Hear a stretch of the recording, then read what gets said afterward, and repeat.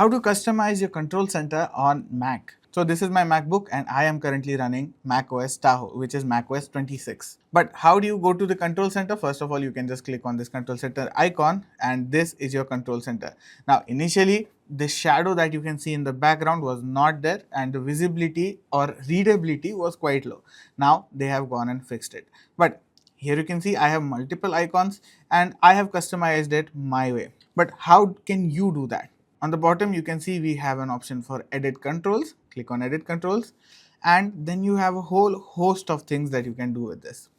Let's say I don't want the now. So as you can see, I also have a macOS bug, but nevertheless, here you can see I have a now playing option which I don't really use. I can just hit minus and it has disappeared. You can see 4 small dots which indicate that I can actually put in 4 smaller widgets or buttons and those are going to fit over there. If I want to resize it, I can just right click on a specific button. Here you can see I have an option for small, medium and large. So if I go for medium, it's actually going to become larger. And I also have an option for large. As you can see, that is, well, more visible, no, but not really convenient. But if I do it for Wi-Fi, it could be a bit more convenient or more visible, up to you.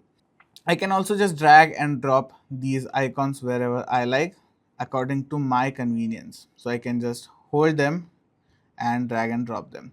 Again, here you can see I have display and sound. I can just right click on it, go to medium or go to small. But the problem with the small one is that I can't really adjust the brightness of it. So even if I go out of the edit controls, I can actually use this setting to change the brightness, or I can just use F1 and F2 buttons.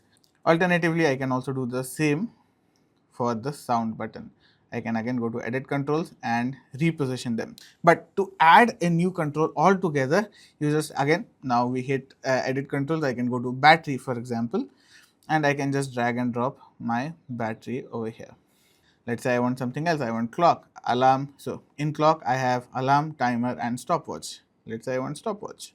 I just want to be more productive. I just want to time my work. I can use the stopwatch with that. Let's make it large.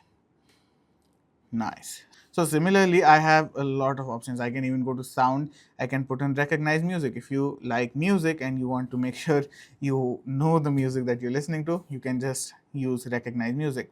Now, if I just click anywhere other than the box itself or outside that certain area, it's actually going to quit. So now all these controls are fixed. I can just edit them with the edit controls button. Otherwise, I can't really do that.